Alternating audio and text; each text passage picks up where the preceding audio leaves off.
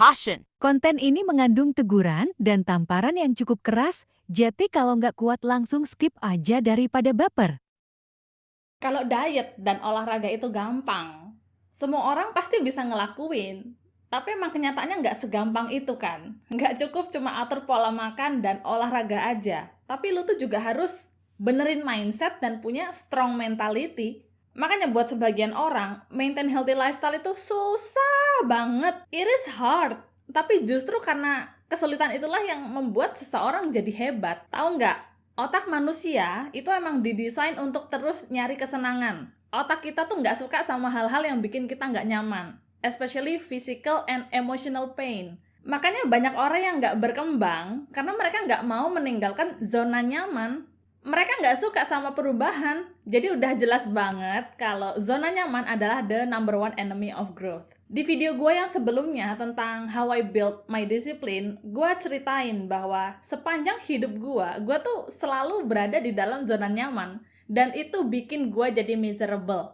Gue highly suggest lu tonton videonya sih abis ini. So guys, in today's video, gue nggak akan bahas tentang diet mistake atau kesalahan olahraga kayak kesalahan naikin berat badan atau kesalahan nurunin berat badan. No, gue udah pernah jelasin itu di video-video yang sebelumnya. Tapi kali ini gue mau bahas sesuatu yang berbeda. Gue bakal kasih lu insight tentang ciri atau karakteristik dari orang yang sampai kapanpun tuh dia nggak akan pernah bisa mencapai body goal. And this is real, karena gue ketemu banyak banget orang yang punya karakteristik ini, even dalam lingkungan gue sendiri. So please pay attention guys, dan tonton penjelasannya di video ini sampai habis, supaya lu dapet keseluruhan insight-nya. Hi guys, my name is Rebecca, gue suka sharing topik tentang wellness, self-love, and growth mindset. Jangan lupa subscribe, karena lu bakal dapetin banyak banget hal positif and insight baru lainnya dari channel ini. Oke, langsung aja ya. Karakteristik dari orang yang sampai kapanpun gak akan pernah sukses mencapai body goal, yang pertama adalah orang yang punya fixed mindset. Biar gampangnya gini, fixed mindset itu pola pikir yang menganggap bahwa kemampuan seseorang itu udah tetap, udah fix, udah digembok dan gak bakal bisa berubah. Contohnya orang gendut yang punya fixed mindset. Sampai kapanpun, dia tuh nggak akan pernah bisa mencapai body goal karena dia tuh berpikir kondisi gendutnya udah takdir, udah fix, udah tetap, udah permanen dan nggak bisa dirubah. Makanya dia nggak ada usaha sama sekali untuk merubah kondisinya. Sama juga dengan orang kurus yang punya pola pikir fixed mindset. Dia menganggap kondisi kurusnya itu karena bawaan lahir yang nggak bisa dirubah. You know what guys? I met a lot of people yang punya fixed mindset. Dari yang gendut sampai yang kurus, gue pernah ketemu semua. Mereka tuh suka basa-basi nanyain tips ke gue tentang caranya naikin berat badan atau nurunin berat badan. Tapi ketika gue beneran niat mau kasih tahu tipsnya, yang dilakuin orang yang punya fixed mindset, mereka tuh defensif. Terus ujung-ujungnya bilang bahwa kondisinya itu karena udah bawaan lahir, karena emang genetiknya tuh kurus atau genetiknya gendut. They don't even wanna try. Cara gue membedakan ya orang yang punya fixed mindset dan orang yang punya growth mindset itu bisa dilihat jelas dari cara dia merespon.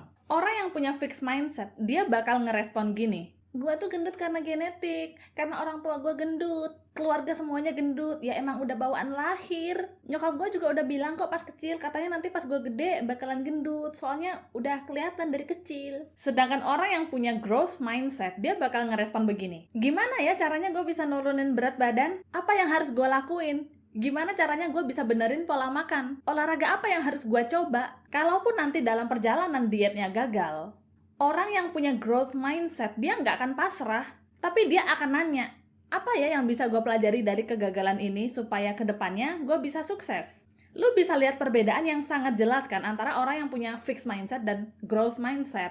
Ini gue tampilin gambar ya, nanti lu bisa pause dulu videonya, terus lu amati deh perbedaannya.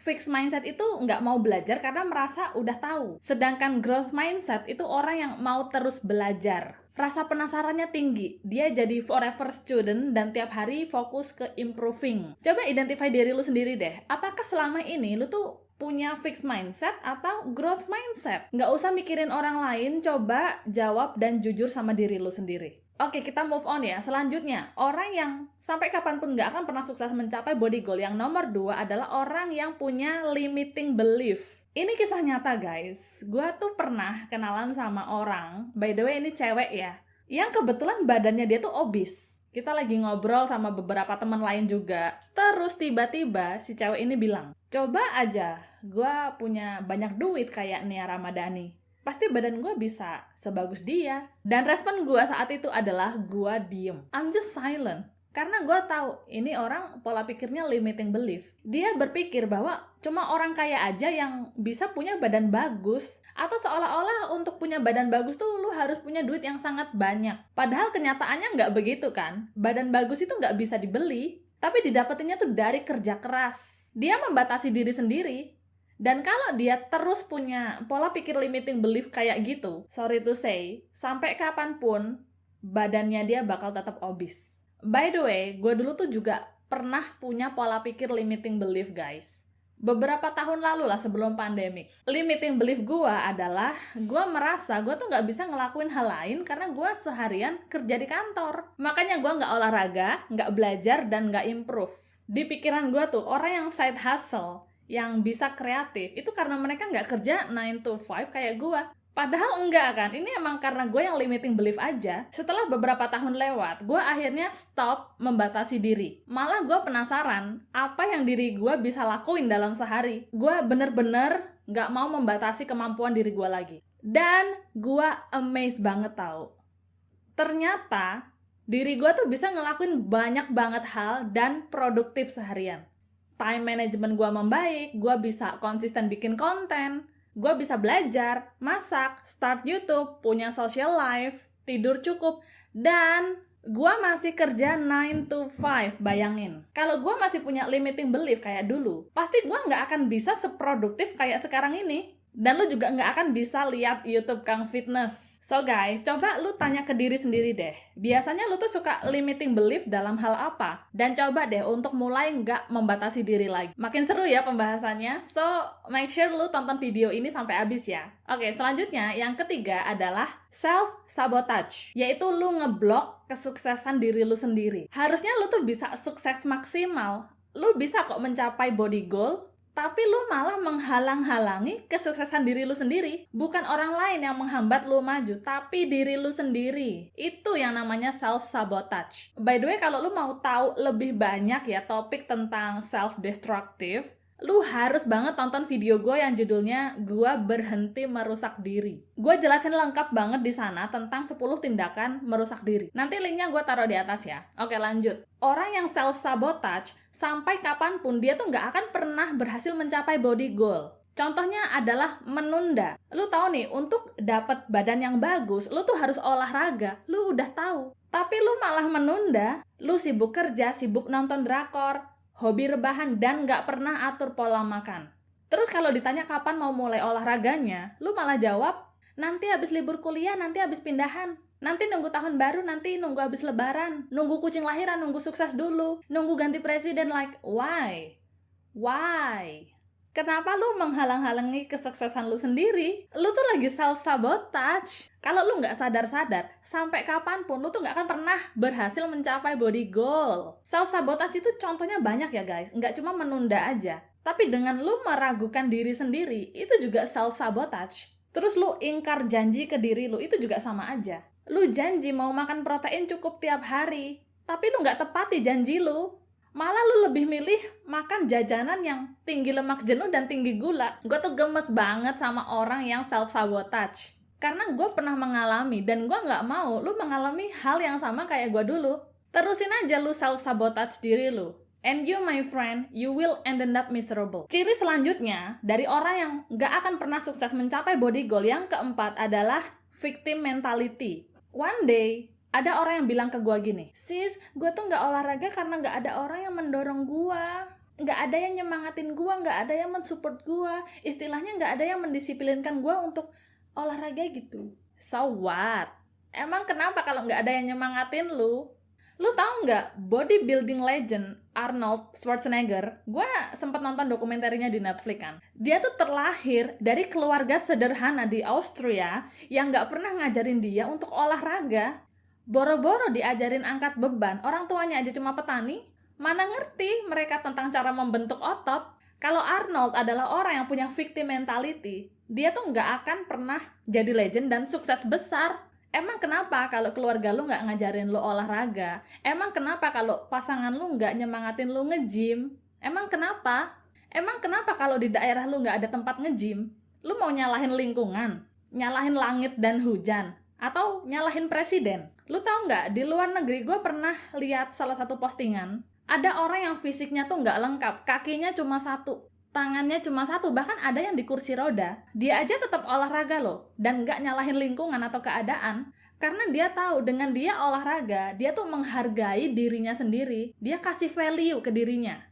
Dia celebrate kesehatan yang dia miliki. Gue sangat-sangat respect sama orang yang gak nyalahin keadaan dan mau terus berusaha. Orang yang menggunakan otaknya untuk mencari solusi jalan keluar. Jangan lupa, manusia itu punya free will. Manusia bebas dalam memilih keputusan. Apakah lu memilih untuk nyalahin keadaan atau lu mau mencari solusi? Di Bali, di Penida kalau nggak salah, orang-orang tuh nge-gym di alam terbuka pakai dumbbell, semen, sama batu. Bener-bener kreatif banget, sampai viral loh di sosmed.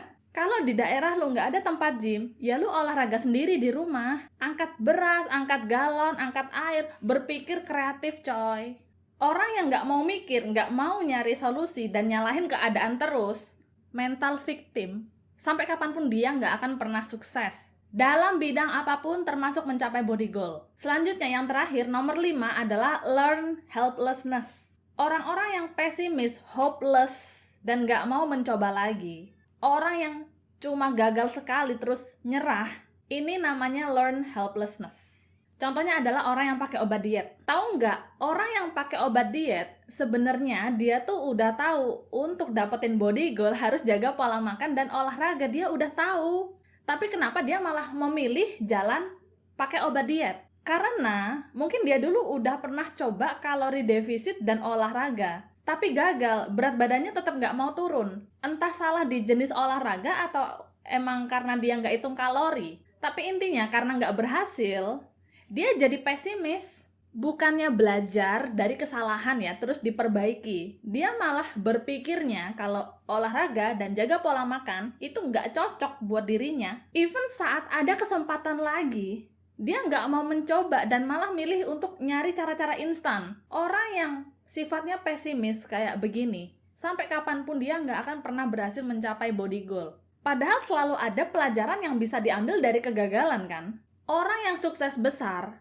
dalam pekerjaan atau dalam diet, mereka tuh ngalamin banyak banget kegagalan, tapi each time dia gagal, dia selalu koreksi. Dia ambil pelajarannya dan buat strategi baru. Mereka nggak pernah nyerah tapi improving. Itu namanya orang yang optimis. Coba sekarang lu tanya deh ke diri lu sendiri. Apakah lu termasuk orang yang optimis atau orang yang pesimis? Cuma lu yang bisa jawab sendiri guys. Oke, itu semua adalah ciri atau karakter dari orang yang nggak akan bisa sukses mencapai body goal. Yang sampai kapanpun nggak akan pernah bisa mendapatkan hasil. Pertama, orang yang punya fixed mindset. 2, limiting belief. 3, self-sabotage. 4, victim mentality. Dan terakhir, learn helplessness atau pesimis. Alright guys, kalau lu mau mensupport channel ini biar tetap aktif, terus growth, dan sharing hal-hal bermanfaat, lu bisa bantu dengan hit like, subscribe, komen, dan share video ini ke temen lu ya. Follow juga Instagram gua di @kang_recommend. Thank you so much for watching guys. I'll see you in next video. Bye!